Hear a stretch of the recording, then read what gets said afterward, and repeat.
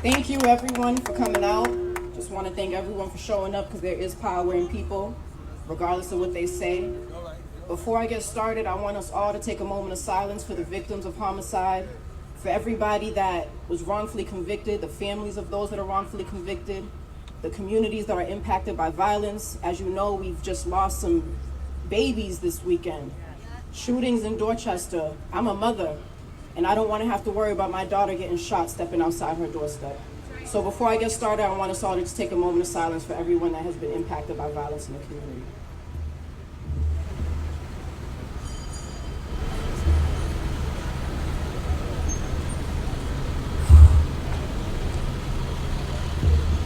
Thank you.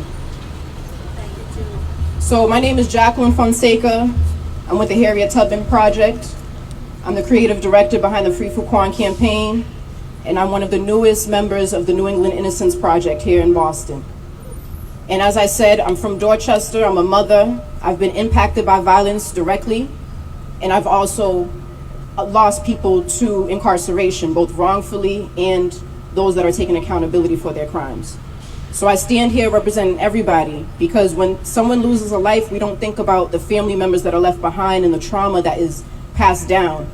And those babies are feeling that trauma, and they're out here, they feel hopeless, they feel powerless, and they're trying to gain their power back by the gun. And we have to bring brothers home and sisters home that have been rehabilitated or have been wrongfully convicted that can guide these babies. So this is more than just about wrongful conviction. This is just about rehabilitation, because incarceration does not rehabilitate anybody, and the Department of Corrections is not correcting anything. So I do want, we all should pay attention and understand that slavery never ended. It was simply rebranded to include everybody of all races, especially those that are poor and those that are ignorant to the language of the law. So if you don't understand the law, you'll be most likely exploited by it. So in 1865, the 13th Amendment was passed. And the 13th Amendment states, one moment as I pull it up. Take your time, sister. Take your time. 1865, Congress passed a new 13th Amendment, which stated, neither slavery nor involuntary servitude, except as a punishment for crime, whereof the party shall have been duly convicted, shall exist within the United States, or any place subject to their jurisdiction. It clearly says in the 13th Amendment that slavery still exists if you commit a crime. So they immediately exploited that loophole by engineering crimes in our community. As our sister from the Census Project mentioned, we are dealing with structural racism. So there are things in place that are failing our communities the first time, before they fail themselves and fall into the trap. It's called the trap for a reason. And those that fall victim to it, our children suffer, our families suffer, and a lot of people never come home from mistakes that they've made. So I just want us to keep that in mind. Except slavery, can we all agree, is inhumane? Yes. So slavery does not address a public safety issue, and it never did. So why is slavery legal for those that commit crime? Should we not be looking at mental health? It is a public health issue when children are picking up guns to kill each other. There is mental health issues that are not being addressed in our communities. So how do we address it with slavery? Why don't we address it rehabilitation with mental health services? Why can children have access to guns and drugs quicker than they do to education or mental health services? It's all by design. So we have to look at the way that things have been structured for us to fail, and we have to look at those that are victims, not just the ones that are, that are getting shot and their family members that are having to deal with burying their children, but the communities that are impacted, they're victims. The families of those that committed the crime are victims. And when mental health is not being addressed, it continues and it continues. When you go to the doctor, you look at what the issue is so you can treat it. You don't look at the treatment and just keep it pushing. So we have to look at what's causing crime in our community and treat that. As a mother, my daughter doesn't have a community center to go to. The community center I grew up at doesn't have any services for her. So what are the kids doing when they're idle and their parents are working 2-3 jobs to afford a $3,000 one-bedroom apartment? We're dealing with structural racism, and it starts with marginalization and different forms of oppression that we feel are isolated and not impacted. Housing in Boston should be affordable. People are coming here from all over the world to get an education. So why can't we get from our tax dollars affordable housing? That'll start to correct the issue. The Departments of Correction is not correcting anything, and those that are coming home, the exonerees and those wrongfully convicted that have done their time as well, they have rehabilitated themselves, not because the DOC has provided programming for them to do so. So I support Free Fuquan. I support the Harriet Tubman Project because Fuquan was also a wrongfully convicted man that was a boy when he went in at 19.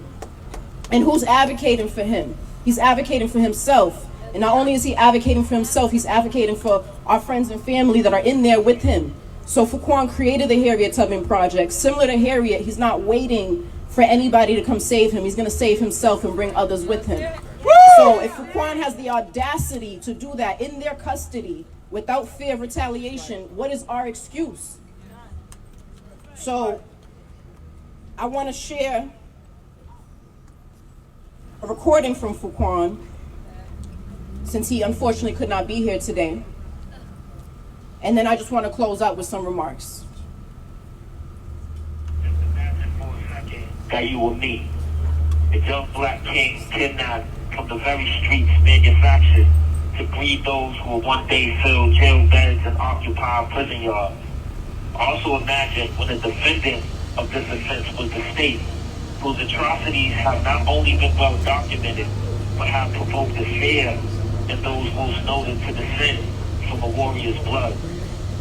What would be your response to the apathy around you when it's realized that you're fighting this war alone for 26 years, when the megaphones during these rallies utter that this generation is the most prepared to combat the racism that lies at the center of this country's most democratic institutions? Too often are we found deifying our most resilient freedom fighters rather than extending to them the greatest of tributes by dismantling the very institutions that they have given their very lives attempting to amend.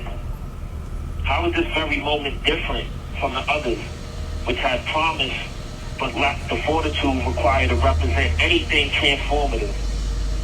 The Suffolk County District Attorney's Office and the Boston Police Department are currently responsible for engineering more wrongful convictions than almost any county in this country.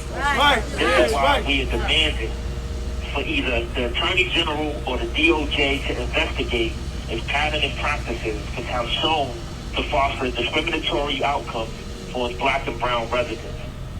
We are the Harriets of today, and although our resiliency is akin to steel, it would be a lie to say the silence around the civil rights issue from those most impacted by it doesn't provoke and entertain.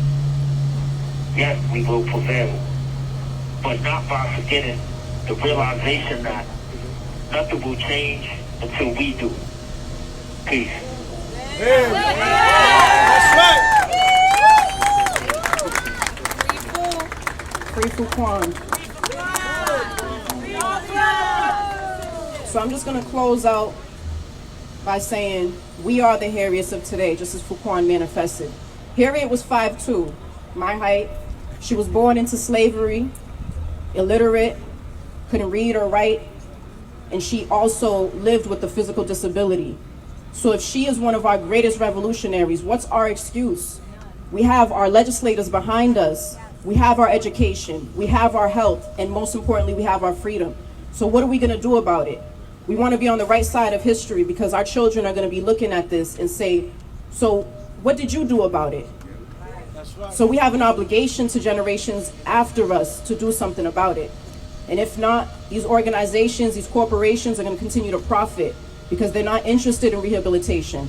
Slavery, free labor does not rehabilitate anybody. It's making money for corporations and organizations like Walmart, McDonald's, Victoria's Secret, Verizon, Sprint. Google it and see who's profiting from your loved ones being incarcerated. So until we do something about it, this will never be about a public health safety issue. It'll always be about profit over people. Peace.